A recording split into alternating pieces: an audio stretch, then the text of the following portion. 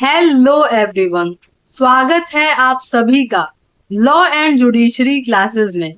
मैं शिवांगी गुप्ता स्वागत करती हूं आप सभी का आपके अपने इस यूट्यूब चैनल पे। कैसे हैं आप सभी? उम्मीद करती हूं आप सभी बहुत अच्छे होंगे और अपनी पढ़ाई को बहुत अच्छे से जारी रखते होंगे।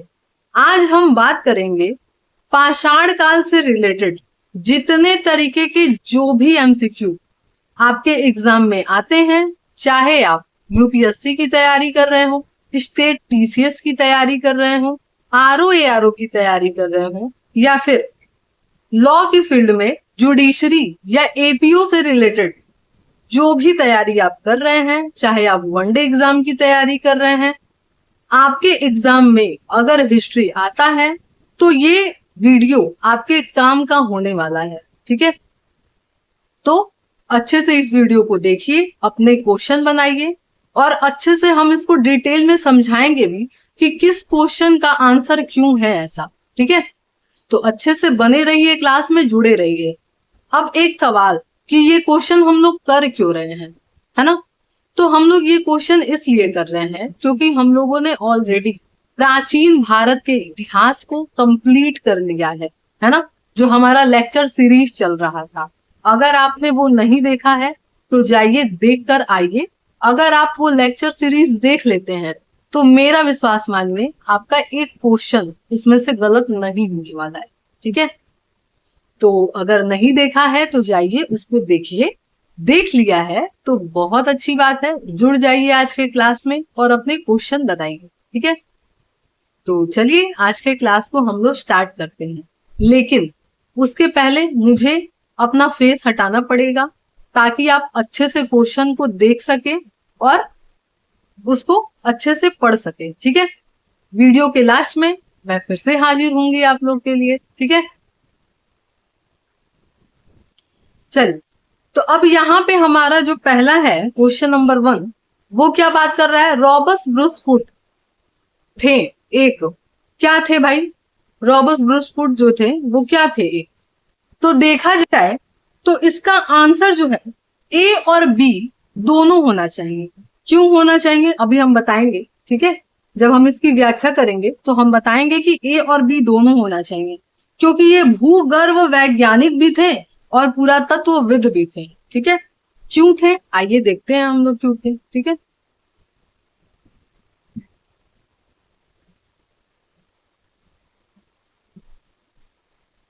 दिख रहा है? चलिए, अब कह क्यों रहा है, ऐसा क्यों है? तो ऐसा इसलिए है क्योंकि लिखा हुआ है इंसाइक्लोपीडिया ब्रिटानिका के अनुसार। ठीक है, किसके अनुसार? याद रखिएगा, इंसाइक्लोपीडिया ब्रिटानिका के अनुसार रॉबर्ट ब्रूस फुट ब्रिटिश भूगर्भ वैज्ञानिक और पुरातत्वविद थे।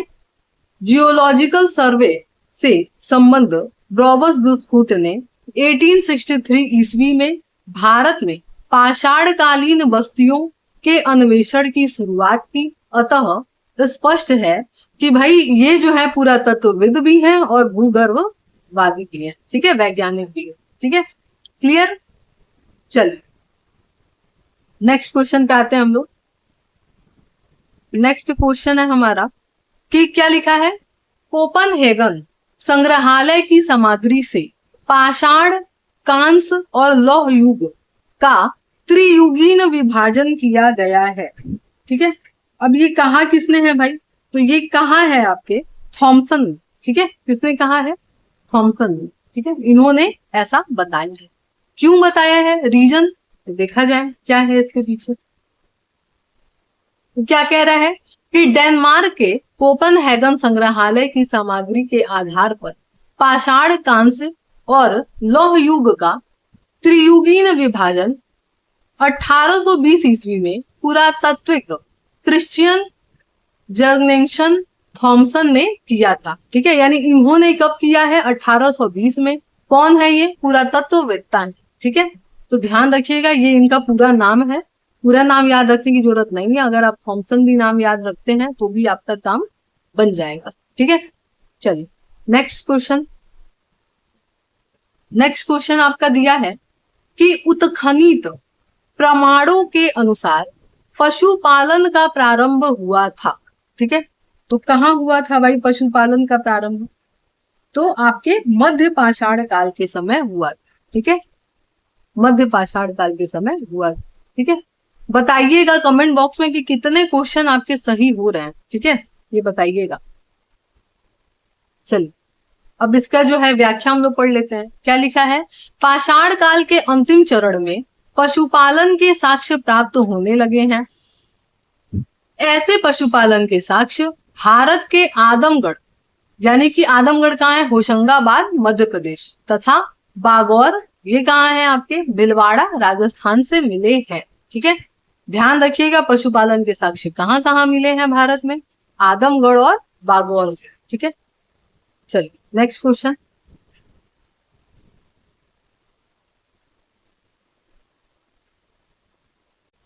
नेक्स्ट क्वेश्चन है आपके क्वेश्चन नंबर 4 कि मध्य पाषाणिक प्रसंग से में पशुपालन के प्रमाण जहां मिले हैं वो स्थान कौन सा है? तो अभी हम लोग देखे हैं ना, कौन सा है बताइए?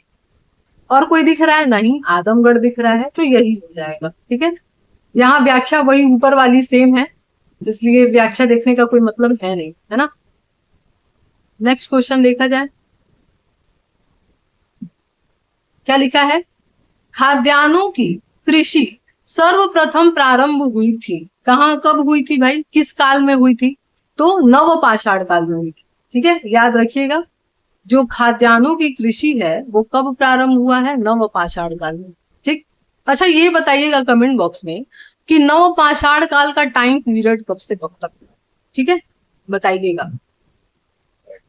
अब यहाँ लिखा भी हुआ है इसका एक्सप्लेनेशन। क्या लिखा है कि, इसको छोटा कर देता हूँ थोड़ा। क्या लिखा है कि खाद्यान्नों का उत्पादन सर्वप्रथम नवपाषाण काल में हुआ। यही वह समय है जब मनुष्य कृषि कर्म से परिचित हुआ, यानी कि कृषि कार्य से परिचित हुआ था।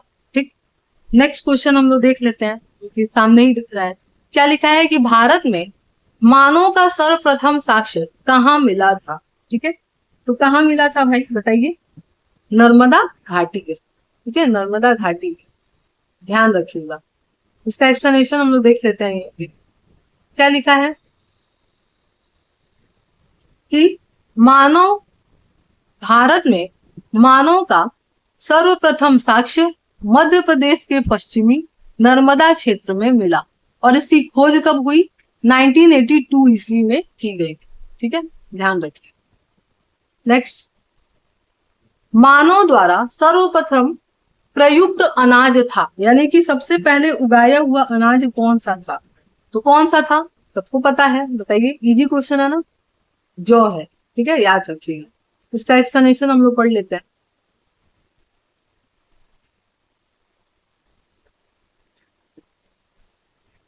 क्या लिखा है भाई? लिखा है आधुनिक मानव समाज द्वारा मुख्य रूप से 8 खाद्य अनाजों का उपयोग किया गया है। कौन सा? जौ, गेहूं, मक्का, बाजरा, सोरगम, राई एवं जय। ठीक है, अब अनाजों के पौधे विभिन्न क्षेत्रों के जंगली घास के रूप में विद्यमान थे, जिन्हें बीजों के रूप में मानव ने उगाया, अलग अलग क्षेत्र में अलग अलग समय पर। ठीक है, क्योंकि हर समय एक समय में एक फसल ही जो है ज्यादातर देखा गया था। अब गेहूं और चावल एक साथ उगा लेंगे क्या? पॉसिबल है? नहीं है, है ना। हर जो है अपना अपना क्लाइमेट मांगता है, क्लाइमेट मांगते हैं, पर्यावरण के हिसाब से उगते हैं। ठीक है, जिसका जैसा सीजन आएगा, मौसम आएगा, उस हिसाब से। चावल को ज्यादा पानी चाहिए, है ना, तो वो अपने हिसाब से उगेगा। तो वही कह रहा है कि भाई अलग अलग तरीके से अलग अलग समय पे उगता था। आगे क्या कह रहा है? वैश्विक दृष्टि से देखा जाए तो सर्वप्रथम सबसे पहले क्या हुआ था? जौ हुआ था। ठीक है, सबसे पहले जौ की ही खेती की गई थी। ठीक, नियर ईस्ट यानी कि भूमध्य सागर एवं ईरान के मध्य स्थित पश्चिमी एशिया देशों में, ठीक है, मानव द्वारा उगाया गया था। ठीक, बाद में लगभग इन्हीं क्षेत्रों में जो है 8000 ईसा पूर्व के आसपास ही गेहूं भी जो है मानव द्वारा उगा दिया गया था। ठीक है, चलिए क्लियर। नेक्स्ट क्वेश्चन पे आते हैं हम लोग। क्या लिखा है भारतीय उपमहाद्वीप में कृषि के प्राचीनतम साक्ष्य प्राप्त हुए हैं। तो कहाँ से प्राप्त हुए हैं भाई कृषि के प्राचीनतम साक्ष्य? तो आपके जो है लहुरा देव, ठीक है, लहुरा देव, ध्यान रखिएगा, ठीक है, लहुरा देव सिंह। चलिए अब इसका एक्सप्लेनेशन जो है वो काफी बड़ा है, तो इसको हम लोग देखेंगे, लेकिन उसके पहले हम लोग पहले बाकी के क्वेश्चन कर लेते हैं जो यहाँ हम लोग के छूट गए। ठीक है, ये हम लोग के क्वेश्चन हो गए थे। नेक्स्ट क्वेश्चन हम लोग ये वाला देख रहे हैं। क्या लिखा है? निम्नलिखित में से किस स्थल से हड्डी के उपकरण प्राप्त हुए हैं? ठीक है, तो कहाँ से प्राप्त हुए हैं भाई? महदाहा से। ठीक है, याद रखिएगा, महदाहा से। एक्सप्लेनेशन पढ़ते हैं हम लोग, क्या लिखा है। तो क्या कह रहा है भाई कि मध्यकालीन महदाहा, ये है कहाँ? प्रतापगढ़ जिला, ठीक, से बड़ी मात्रा में हड्डी एवं सिंग निर्मित उपकरण प्राप्त हुए। जी.आर. शर्मा महदाहा में 3 क्षेत्रों का उल्लेख करते हैं जो झील क्षेत्र, बूचड़ खाना, संकुल क्षेत्र एवं कब्रिस्तान निवास क्षेत्र में बटा था। बूचड़ खाना संकुल क्षेत्र से ही हड्डी एवं सिंग निर्मित उपकरण एवं आभूषण बड़े पैमाने पर पाए गए हैं। ठीक है, ध्यान रखिएगा इसको। चलिए नेक्स्ट क्वेश्चन। हड्डी से निर्मित आभूषण भारत में मध्य पाषाण काल के संदर्भ में प्राप्त हुए हैं। ठीक है, तो कहाँ से प्राप्त हुए हैं बताइए? महदाहा से। ठीक है, अभी तो हम लोग देखे हैं यही चीज, महदाहा से। चलिए नेक्स्ट है, एक ही कब्र में 3 मानव कंकाल निकले। ठीक है, तो कहाँ से निकले भाई? दमदमा से। ठीक है, दमदमा, याद रखिएगा। इसका एक्सप्लेनेशन पढ़ लेते हैं हम लोग। क्या लिखा है कि मध्य गंगा घाटी के प्रतापगढ़ जिले में स्थित सराय नहराय, महदाहा तथा दमदमा का उल्लेख, माफ कीजिएगा, उत्खनन हुआ। ठीक, आगे क्या कह रहा है? दमदमा से लगातार 5 वर्ष तक किए गए उत्खनन के फलस्वरूप पश्चिमी तथा मध्यवर्ती क्षेत्रों में कुल मिलाकर 41 मानव शवधान ज्ञात हुए हैं। इन शवधानों में से 5 शवधान युग्म शवधान है, यानी कि जोड़े में है, और एक शवधान में 3 मानव कंकाल एक साथ दफनाए हुए मिले हैं।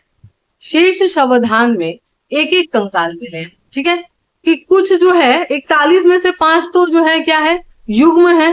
ठीक है, फिर कुछ में जो है 3 मानव कंकाल है और कुछ में सिंगल दफनाए गए। ठीक है, एक एक कंकाल मिला है। ठीक, चलिए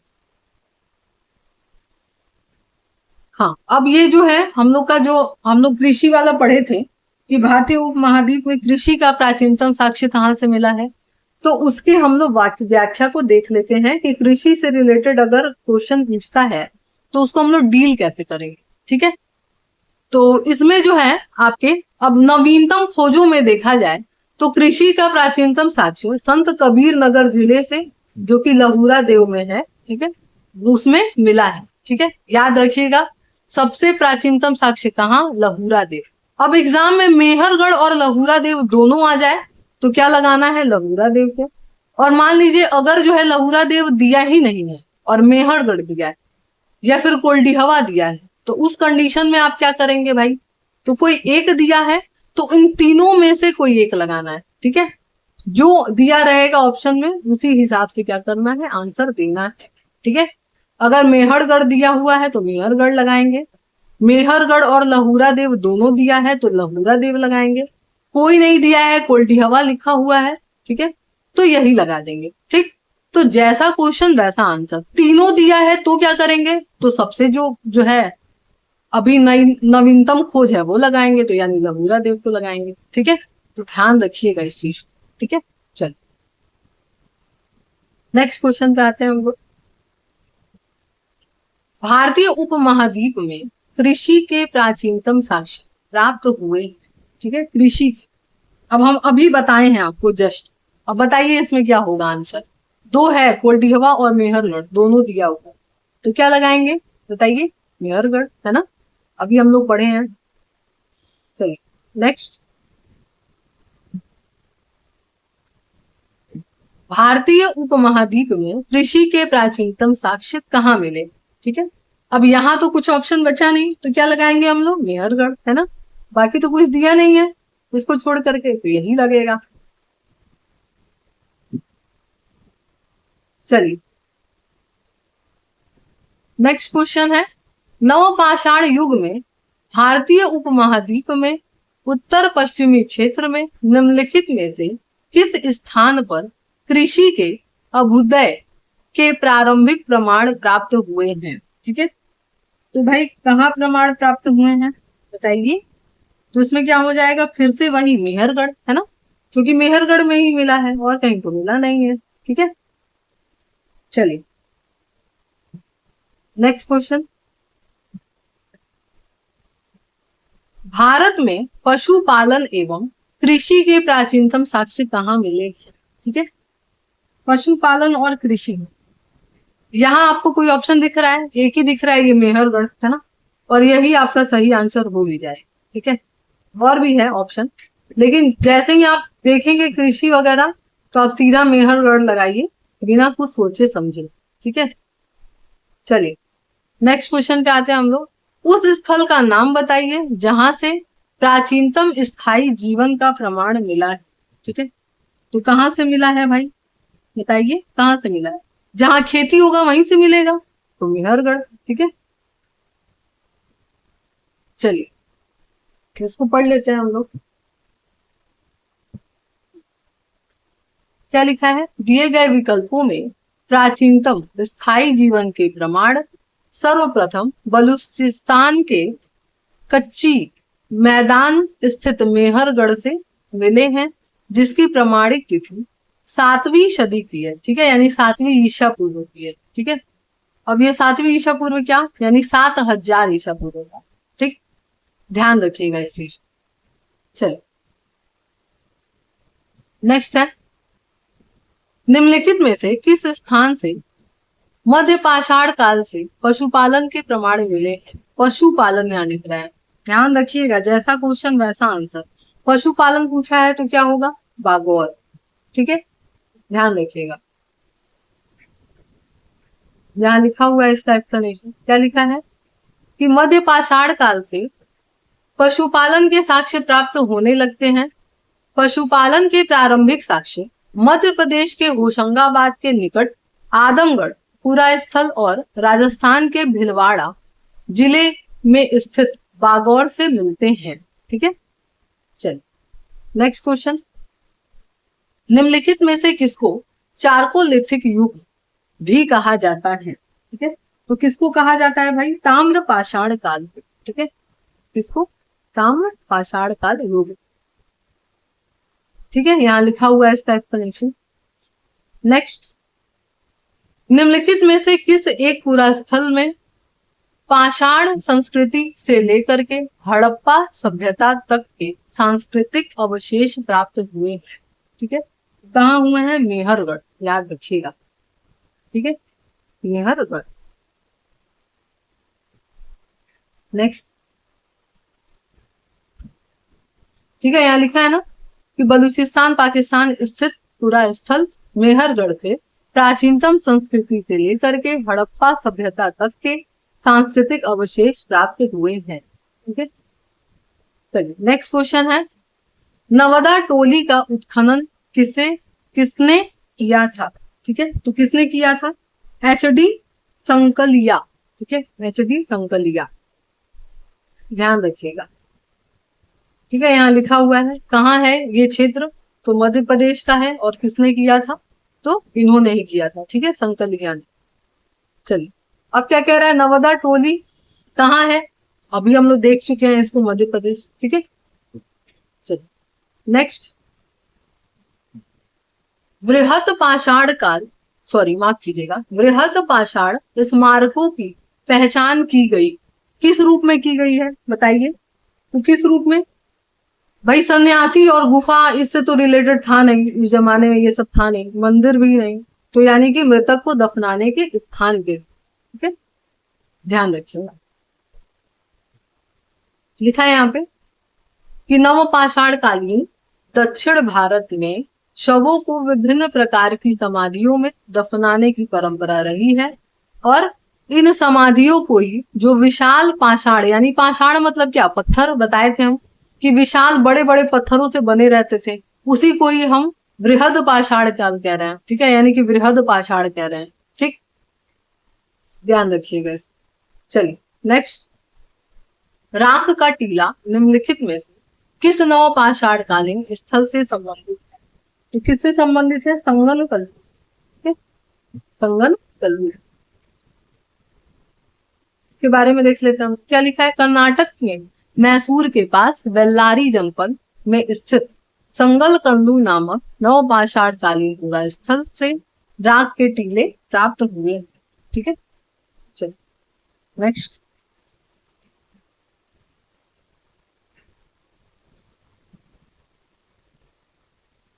भीमबेटका किसके लिए प्रसिद्ध है? ये तो भाई सबको पता है, बताइए किसके लिए प्रसिद्ध है? गुफाओं के शैल चित्र के लिए, ठीक है। ये है कहाँ? तो मध्य प्रदेश में, है ना, लिखा है यहाँ पे, पढ़िए क्या लिखा है कि मध्य प्रदेश के रायसेन जिले में है ना भीमबेटका, और ये चित्रकला का जो है सर्वोत्तम उदाहरण प्रस्तुत करता है। यहाँ पे है कौन कौन से चित्रकला? तो हाथी का है, सांभर, हिरण आदि के चित्र बने हुए हैं, ठीक है, तो इसको आप लोग ध्यान रखिएगा, ठीक है। चलिए नेक्स्ट है, निम्नलिखित में से कौन सा स्थल प्रागैतिहासिक चित्रकला, तो कौन है भाई? भीमबेटका है, अभी हम लोग देखे हैं, ठीक है, भीमबेटका, ध्यान रखिएगा। नेक्स्ट, भीमबेटका की गुफा कहाँ स्थित है? तो बताइए भाई कहाँ स्थित है? अब्दुल्लागंज, रायसेन, ठीक है, जिला, याद रखिए। चलिए नेक्स्ट, भारत में किस शिलाश्रय से सर्वाधिक चित्र प्राप्त हुए हैं? अभी हम लोग देख रहे हैं कौन? भीमबेटका, ठीक है। चलिए नेक्स्ट,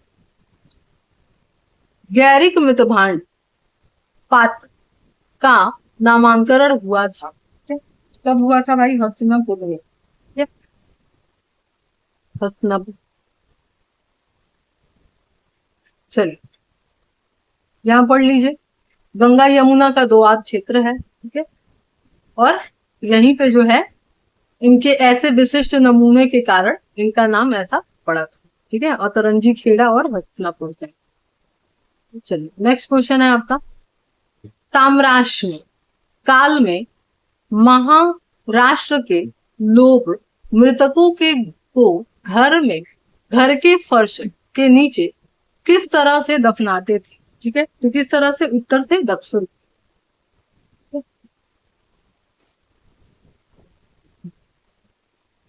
यहाँ लिखा हुआ है ना, महाराष्ट्र में जो है, जो नेवासा है, दायमाबाद है, ठीक है, चंदोली है, इनाम गांव है, ये सारे जो क्षेत्र हैं, यहाँ पे जो है इस तरीके से लोगों को क्या किया जाता था? दफनाया जाता। नेक्स्ट, निम्नलिखित में से किस स्थल से मानव कंकाल के साथ कुत्ते को दफनाए जाने का साक्ष्य मिला है? कहाँ से मिला है भाई? बुर्ज हो, और ये है कहाँ? पढ़ाए थे तो हम बताए थे, कहाँ? कश्मीर में, ठीक है। ये एक एक क्वेश्चन हम करवाए हैं जब हम पढ़ा रहे थे तब। लिखा है ना कि जम्मू कश्मीर में श्रीनगर के निकट है कौन? बुर्ज, ठीक है, और यहाँ से जो है कि मालिक के साथ कुत्ते को दफनाए जाने के साक्ष्य मिले हैं, ठीक है। गर्तावास यानी कि गड्ढे में जो है घर वर बनाए जाते, ठीक है। नेक्स्ट, निम्नलिखित में से किस स्थान पर मानव के साथ कुत्ते को, अभी हम लोग देखे बुर्ज, ठीक है। चलिए नेक्स्ट, गर्तावास के साक्ष्य कहाँ मिले हैं बताइए? सेम वही बुर्ज, ठीक है, अभी हम लोग देखे हैं, ठीक है। चलिए नेक्स्ट,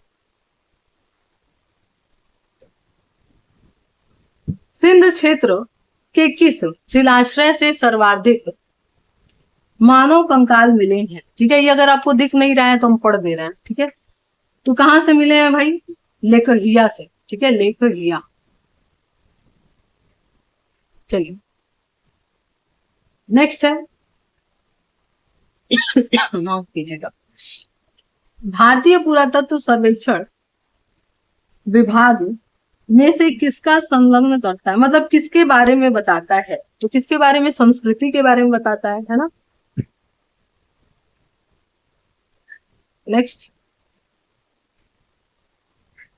भारतीय पुरातत्व के जनक किसको कहा जाता है, तो किसको कहा जाता है भाई, अलेक्जेंडर कनिंघम। ठीक है,